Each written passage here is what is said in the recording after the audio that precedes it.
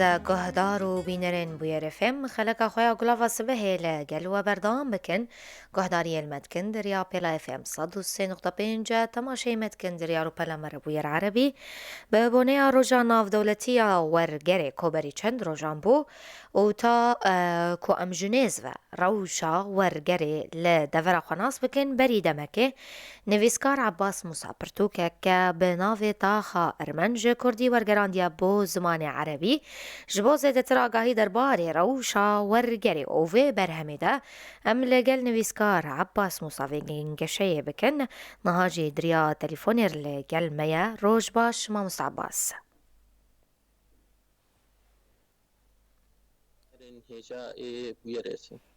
روج باش گلک سپاس ام بحثا روجا ورگری بکن بریز عباس یا ناف دولتی هون دکارن السروی روجه چش بو کهداران ببیجن بلش خوا روجا ورگری یا ناف دولتی روجا که پر گرینگ جبوی ویجیا دفری جبوی ام بیجن به تفجرة ورقري بكشتيجي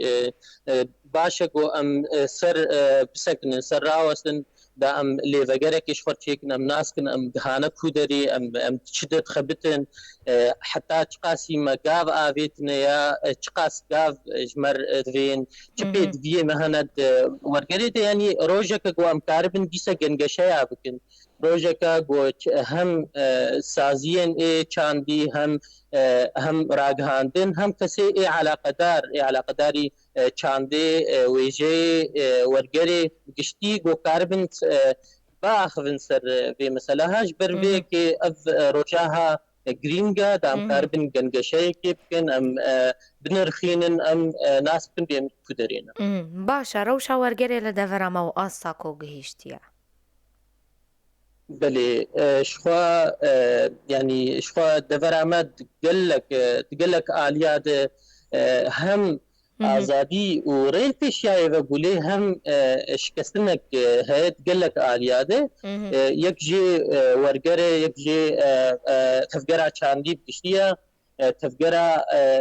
گریدای با آلیه زمان وازه يعني هم ريجي البربق وهم شكسنك هيج برقو بنجهجي بريانها بنجهك فشكيرنها دانين جبر جبرگو ام بیجن به تفگره که هاتبو شافتن ام بیجن به رژیم بعث بیل مسئله زمان و چاند و ناسنامه ام چبیجن کردیجی وکی دیجی یعنی ام بیجن به چانده دوری بگشتیجی یعنی ری ندابول پیشیای گو کاربی گاونا روا گاونا باش باویجی هردم کسی اید با دواره دخبتین دهاتن کتن زندانه ده آستانگیل پیشیا چید بون پرتوکی ایگو دواره چاندی ده بزمانه کی نب عربی بانه یان مجاره کی نلگور دلی رژیمی بعد دهاتن گرتن و تعدایلو آت دهات کرن برده که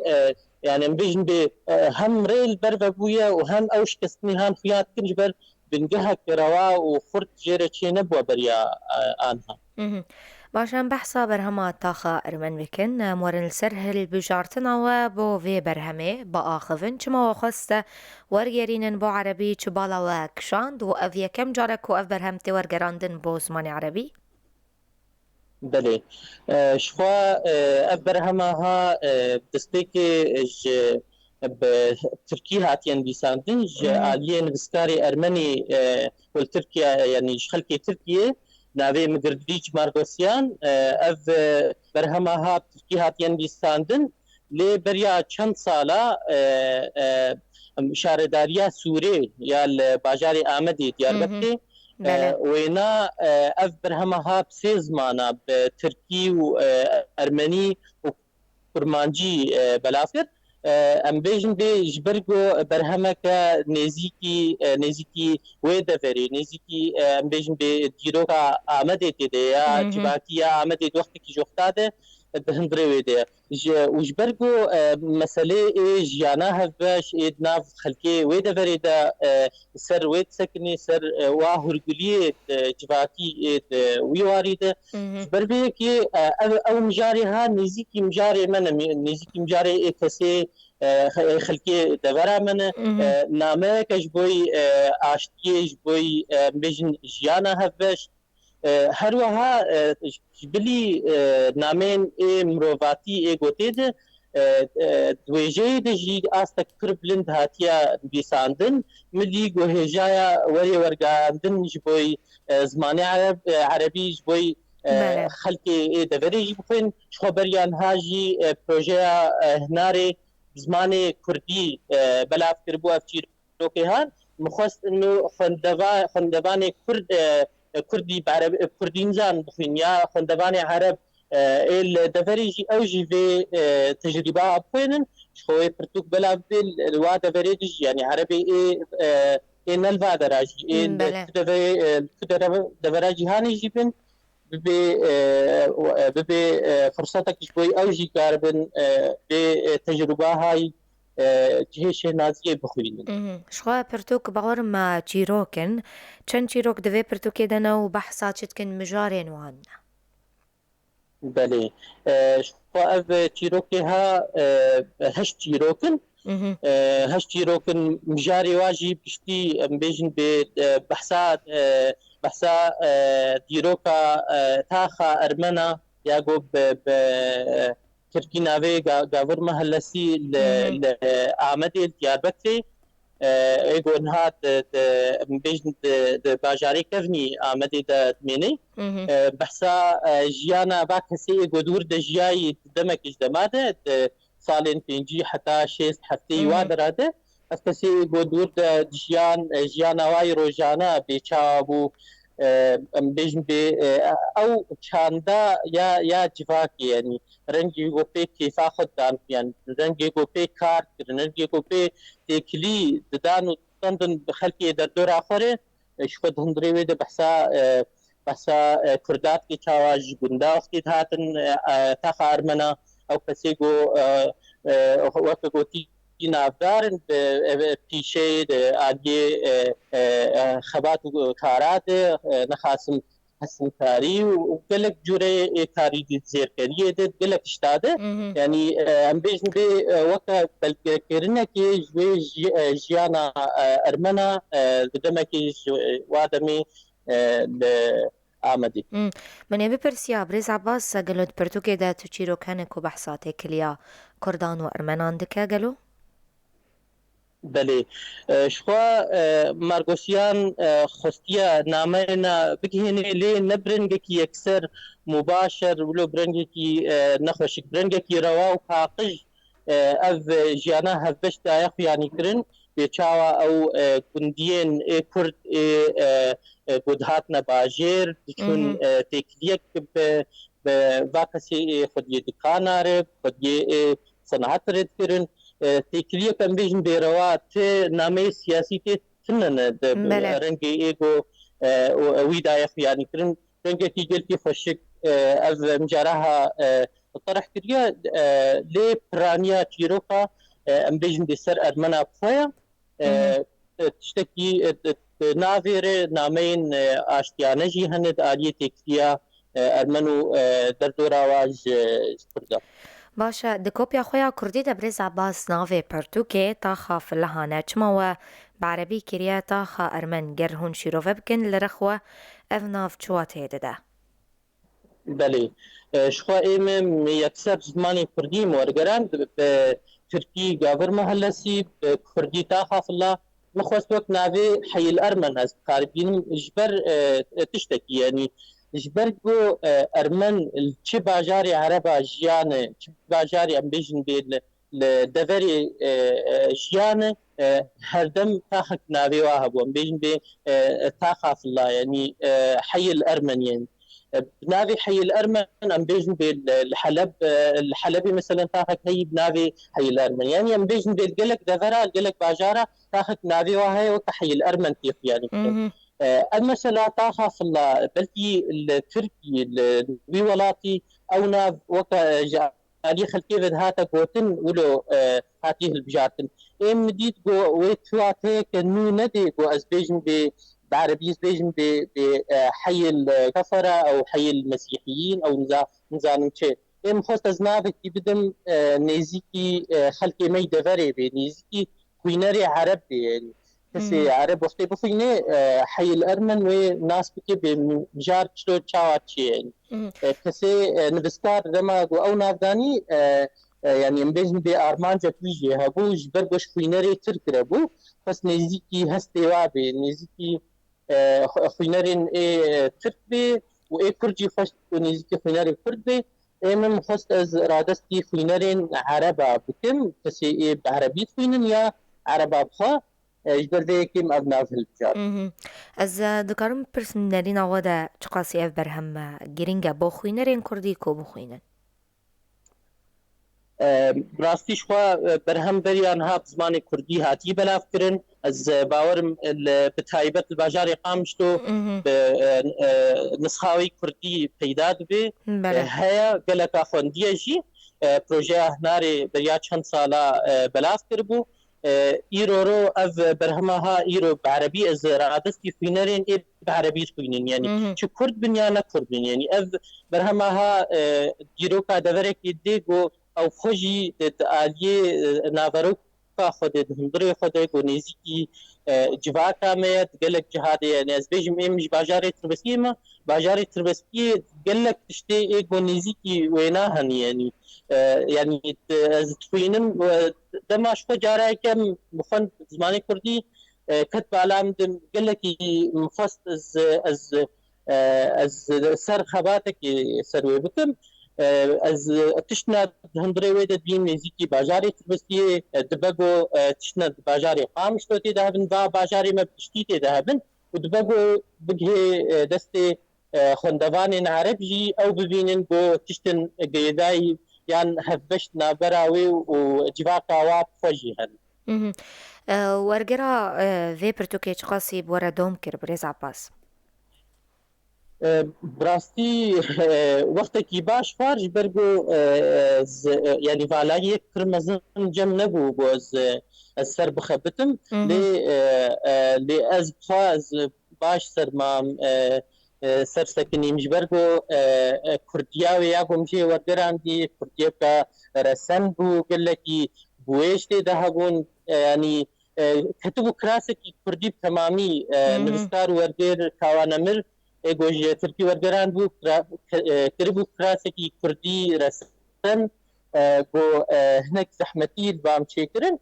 نجي هدي بهرقلي ازنيزي بو ما خواست از نيجي اولا خريستياني ببم از فين بكم جنوبر از ورقرينم قال لك زحمتين ديالي دجي هبون قال لك زحمتي كريداي بتيشي هبون مثلا از بيجم به السنتاري دما جو تيروكا بنادي خاچو جو لهنجي وي السنتار جو مفن خواست از ورقرينم ما نرينك السنتاري دوي وقتي دقشي نيزيكا حشت دوتار وليكولينا مخاند مناوي تشتا ناسكرن حتى قوم ناسكر ألف تيروك شاوا هاتي رستن وشاوا فكر مهندري تيروك ده اجبر في كي مخصص هدي سر بخبتن داستار بم از كاركي باش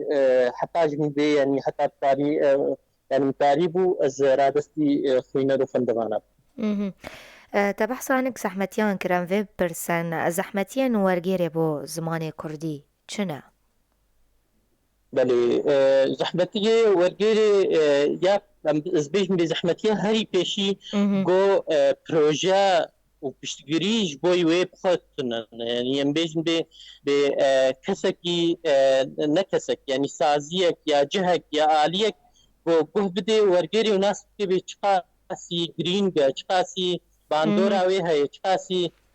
محوجداري ورقرين يعني إيرورو از بحثا حي الأرمن كم وك برهمك ويجي إيرورو ورقري ده نتني ويجي مرد حلا الياد ورقر جمرد بيت حمي عادية زانستي ده إيرورو باب دستان أو شيء بونه بزماني كردي تشيبونه بزماني سرياني تشيبونه يرورو حوجداري تفجرك ورقري نبكشتي يعني حماد ياد نخاسم ام بيجن بي زماني كردي خباتك وريكرن يعني بروجينا بو كشتگirیا واي آليه مادي ده بيشفا آليه مادي ده هبي كسابن كده بخبتنجي يعني يرورو دما بو بروجا آفاد بن كسيوي هبن وخلدوري بقرن يعني بيجن أفتي خستن جبريبا بريا خسرفاج سازين چاندي فاج سازين جواكا سكيت جو كاربن آليه ده بخبتن همو أتي خستن جو وام بيجن بي ناس بكن بي حتى شخصي جرينجا بيشتغلياوي اگر هون بوما ببیجن برزا باس گلو آلاوین ورگیر چنه تایبت ورگیر بو زمان کردی بلي شخوا يا هري سركا آلافا هري سركا ام بيجن بي تشتيجو بو دفي بولجم ورجير هبن مثلا زماني يعني دما بو از ورجرين مزماني عربي دي از هوقاسي زماني عربي دي از زيرك بم از جهاتي بم ستاربم از زمانك رسن وباقج از رادستي يخونركم هر وها زماني بو اجي ورجرم يعني ورقري جيدكم از بيج مش زماني كردي ورقتي بي حتى استك باش از زمان تيمكم از تركيبه زمان تيمكم از ناس مشاوا الهفتي شاوا بويش كارتين شاوا سكاربم از وينا ذاك زما زماني دن يعني ام بيجن بي كردي عربي بي عربي كردي بي زمان مدي حتى عربيه حتى كردي يعني از بيجن بي يك حتى شاسني زمان دزان بي او يا هري سركه او خاله هري سركه قلت في جم ورغير هبي دا كار بي تشتكي باقج وروا وتدي ارادستي خوينر وخندبانا بكي اما هناك بحثا چاپ کرنه و سپانسر و گراندنا وی پرتوکیجی بکنه بله اف برتوكاهان جهيلا وشانخانه نقش وياش لير الهجو هردو الباجاري قامش لنا و اوي تشاب بكن وبربلاف بكن وشاهية مذكرنيش بي بكن يعني ام بيجن بوهردو وشانخانه خدا نفر شفا و بريفر بن آن هاجي تشاب خانه برتوك نابا هيدا كده جركا هيدا حتى هيدا كده كي ديابيت ناف دستي خوينرو خندوانا تبي وكا نفيسكاركي كردي عربي دنفيسا هون جروشا ورقري دروجا فادا رازينا شخوا ما فرصة تبري عنها ها بسر مثلا زحمتيها يعني ام بيجن بي او زحمتيها دماغو وسراس ببنيا ام وتجاوز بكن شوي بهن روش باشتر بينا اما روش شفنا باشه جبرگو الکاری جبا پروژه یارا تنیا جبرگو هي حتى اراده كباش بيجن باهميه ورقري نزانن يا خباتك يجبوي ويناكن كسي يجو بشتريه جدي هم بزمان نابي يعني تبي بروجها بن تبي سازي تجال ياخذ تفكير كيف كن كاربن بشتريه في ورقري كن روشايانها نباشه دي كارن تكانا ايجو تيد بن جهه شهنازيه انا دي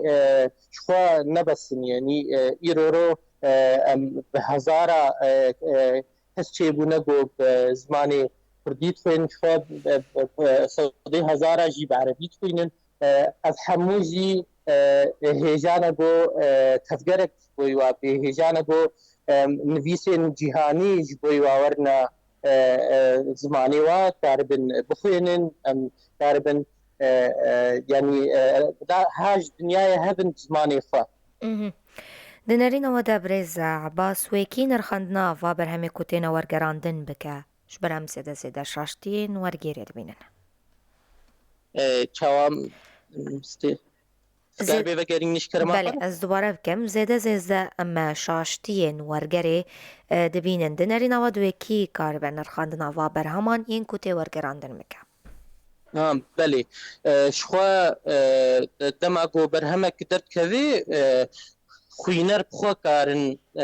نرين خوا يرورو بيجن بي فيسبوك تويتر جهه كارن نرين خوا بعد ورا بيجن خوينر ايغو المال خرونشتي افرتوكا خنجي كاري نرخاندنا كيبيل غور نرين خوا لي يا سركتي خستنش كسي بله ايغو خود بينن خودكي چاند وجيو وثقافتي جواتي خستن او نرخاندنا كيبكن دما بو پرتوکه که بخوین ام بیجن به خواندن جیر چه ببین کومی خواندن لف بجبن نریناتی ده بدن هگر گوتارن ورنن بیساندن ارینین نرینیا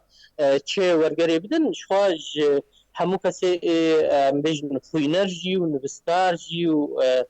ورخنگر جی تبع جی ده خواستن گو نرخاندنه که بکنج بوی چی برهمه بین لگور ازمونت یا ورگری شیرتاوا بو ورگیران چیه؟ بله شیرتا یا هری سرکا و یا دستپیک یا تالی یا داوی او بو خوندنا خوا زیده بکن یعنی از بیجم به ورگیره که زمانه که تینه زمانه که هر دو زمانه جی خوندنه خوا زیده تر بکی یعنی ایرورو از خباته که سر کردی از بکم دوی خوندنه می گلک وی زمانه ها بخوینم ناری نام دا گو او کسی گو دا ازمونه دا تیک چن خوندنه وا کیمن جار جاران بلکی هلبجارتنی واجی نا باش من يعني قال لك هنا كتابك ورقري زمانك يمكن بيجو او كتابها او فرتوكها جارك ودوا وسيا خندبن امم مزيدي سي جارا فرتوكها خندبو بريا جو از برياري بدم جو از ورقري مزماني عربيا دفيا بحجي كرنك هبي دفيا بخندنا كزيدا يعني شيرتا يا هري سرك خندنا زيدا شخدا ما مجي برداوي بدي شابر صاداوي جوا بكم بريز عباس بروجي وين ورقري دما بيدا ويشبن شد توري ودهيا بله شخوا ام از ورقري زماني فارسي جيتكم د پروژه مدا پرتوکن هنه به زمان فارسی جی و تک زمان عربی از خوازم بین ما زمان کردی جی و هم بوی زمان عربی جی هر دو آلیات جی تخبتم مثلا نقبا زمان عربی و کردی دا و فارسی و کردی دا و فارسی و عربی دا پروژه مهنه هی یعنی دما کنیزیک دا زی هنه کاجوارا گینم از بیشتر خوینرا از بیشتر برهمها حاضر شتن هنه از هین پروژه نه هین از ثروت خبرتم مقاوم باشید نه آویدنه بدمک نزدیک از راگین مش بی خوینرا. گلکس باس بو وانی ویسکار عباس موسا گوتنک داوی جو ببیزم. قال لك سباس بويوا از بهيفيما جو اف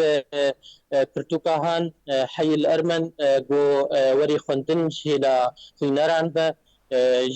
كسي جو تفكرا چانديدا تخبتن همو کسی علاقه داری تفکر چاندی بشتی از بهیما وری خوندن شیلا و هگر رخنیواجی هبن و چاخید مرجی پار بدن گلکی سپاس شوار بمینه خوشیه ده نویسکار عباس موسا کوم گنگشه لسر پرتوکاویا بناوی تاخل ارمن کو جه کردی ورگراند بو زمان عربی گلک سپاس گهدار و شاپینرین ما بشتی وینا ورا کرد کردنوچین به زمان عربی لگل هفکرام شرین سیدو گهدار بکن برنامه خبر دوام دکن دور نجد